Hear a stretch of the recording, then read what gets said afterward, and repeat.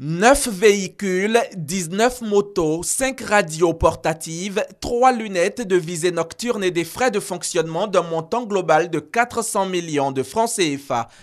Voilà le don du Conseil Café Cacao au ministère en charge de la Défense, don offert par l'intermédiaire du ministère de l'Agriculture. Pour Lambert Kwasi-Konon, président du conseil d'administration du Conseil Café Cacao, cet engagement vise à équiper efficacement les forces de défense dans la sécurisation des zones caféières et cacaoyères. Nous constatons que depuis qu'il y a une évolution favorable des prix et que les paysans gagnent beaucoup, j'ai annoncé le chiffre tout à l'heure, 1300 milliards pour une année, c'est beaucoup. Et bien depuis que les malfrats constatent cela, naturellement, eux aussi s'organisent pour déposséder les populations du fruit de leur travail.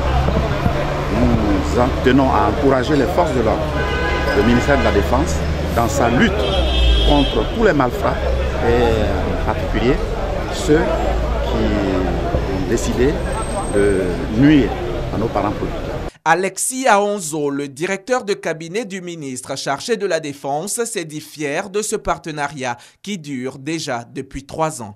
Nos éléments sur le terrain vont être plus mobiles pour assurer la sécurité des populations et notamment des producteurs.